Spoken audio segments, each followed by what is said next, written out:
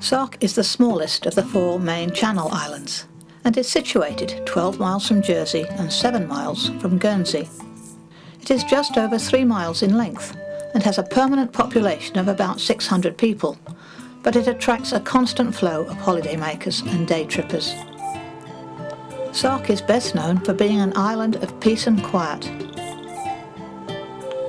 It has many beautiful gardens, and there are no motor cars even on the main street. The general form of transport for visitors is a horse and cart, but these vie for space on the road with tractors and bicycles. Here the girls are passing one of the many vineyards. A well-known area of Sark is the narrow road across La Coupe, which is the junction of the main island and Little Sark. At this point, there is an almost sheer drop of 100 metres on either side, and the protective railings were only erected in 1900, with the road being built in 1945. For all its small size, Sark has a massively indented coastline, so that a complete walk around the coast would cover over 40 miles. But we are not coming with the intention of visiting the charms to be found on Sark. We are going to be exploring it from the seaside. Our trip has been arranged by Jersey Kayak Adventures, and we shall be travelling across from St Catherine's on the northeast coast of Jersey. We shall sail on La Duchesse de Normandie, bringing our kayaks with us. 5 of us will be paddling, but we also have a young visitor and his mum along for the ride.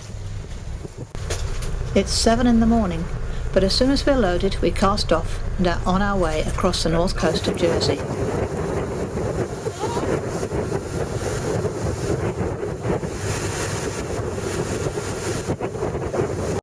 As Jersey recedes into the distance, the familiar shape of Sark draws ever nearer.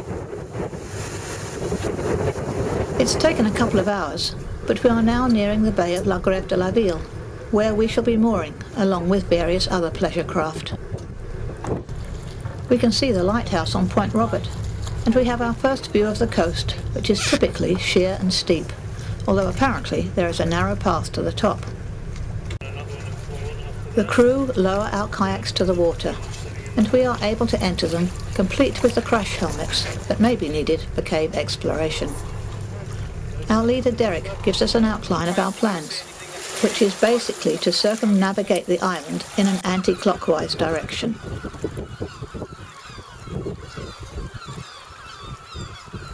As Sark is composed of granite, which is comparatively soft, it is quite easily eroded by the forces of nature, creating many fascinating caves and arches.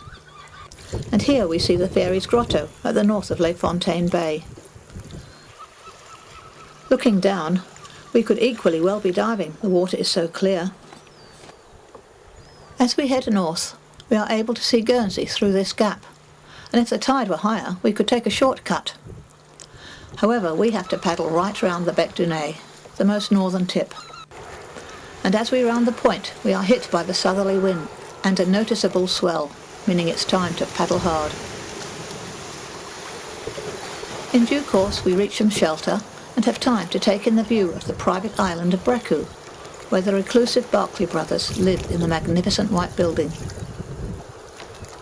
As we traverse the coast, we pass various small beaches inaccessible from land, and then these magnificent stacks, home to many breeding seabird colonies. But it's time for a break, so we decide to land at the rocky beach of Port du Moulin. Opposite us, in the distance, we can now see Guernsey, and even make out that there is a cruise liner visiting. Another of the famous arches borders the north of the beach, and we would have been able to kayak through it at a higher tide. To the south, we are able to see Port-à-la-Jument, where some pleasure craft are moored.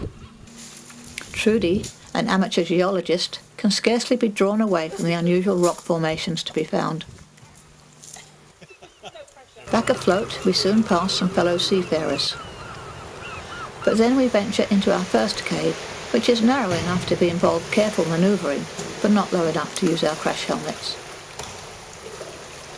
As we travel further on, we spot another arch, which indicates our next stop, the famous Gouliot Caves. These are otherwise known as the jewel caves due to the beautiful sea anemones covering the walls. There's plenty of scope for further exploration here, but today we don't have the time available. We paused to admire a jellyfish that is sharing the water with us, and then we are able to visit the adjacent cave with its low entrance. We shall next have to negotiate the narrow Gulio passage, but then we find ourselves at Havre Gosselin, a popular fishing spot below the Pilcher Monument. Now we are passing La Coupe, the join with Little Sark, and several brave beachgoers have ventured down the steep path to the Grand Grève beach. As we leave, we meet fellow tourists enjoying a trip with George Giel on his boat Nonpareil.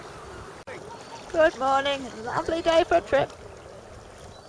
As we traverse the southern coast, we can see the remaining evidence of the silver mines that used to be worked here. And now that we have reached the east coast, we decide that it is time to pull into Pot Bay to relax and enjoy our picnic lunches.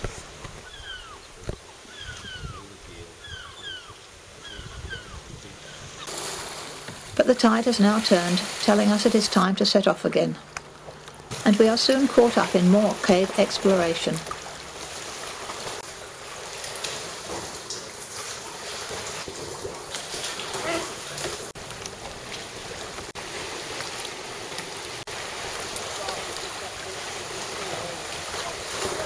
We pass the popular Descartes Bay without stopping, as there is so much to see around here.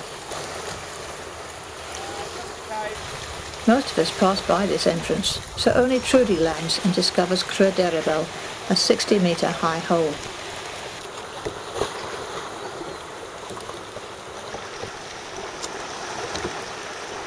After finding our way through this narrow passage, we emerge to find ourselves outside Creux Harbour, which was built in the 1860s and is used by the local craft. Here there is another popular beach, and so we land again and are delighted to rejoin our fellow passengers from Jersey. Soon we all adjourn to the harbour cafe for a welcome hot drink.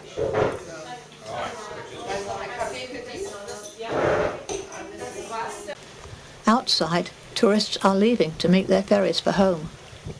And although the local transport, known hereabouts as the toast rack, is waiting to take anyone who wants up the hill to the little town centre, sadly we have no time today. For we have to leave this happy local playground and launch again to make our planned rendezvous. On the way we pass the more modern Massaline Harbour, which is the mooring point for the passenger ferries. And we say farewell to the local birds as we paddle to meet up with the Duchess of Normandy. We manage to manoeuvre ourselves aboard, and the craft are again safely stored. It's now 4:30, so we say farewell and depart from this delightful island. The trip home is without incident and allows for us to have some rest.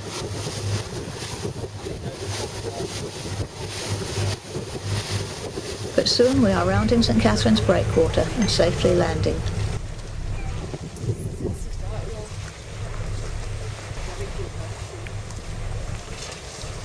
We watch La Duchesse leave us, and the kayaks are again safely secured for transport home after our truly fantastic day with wonderful memories for us all of Sark and its coastline.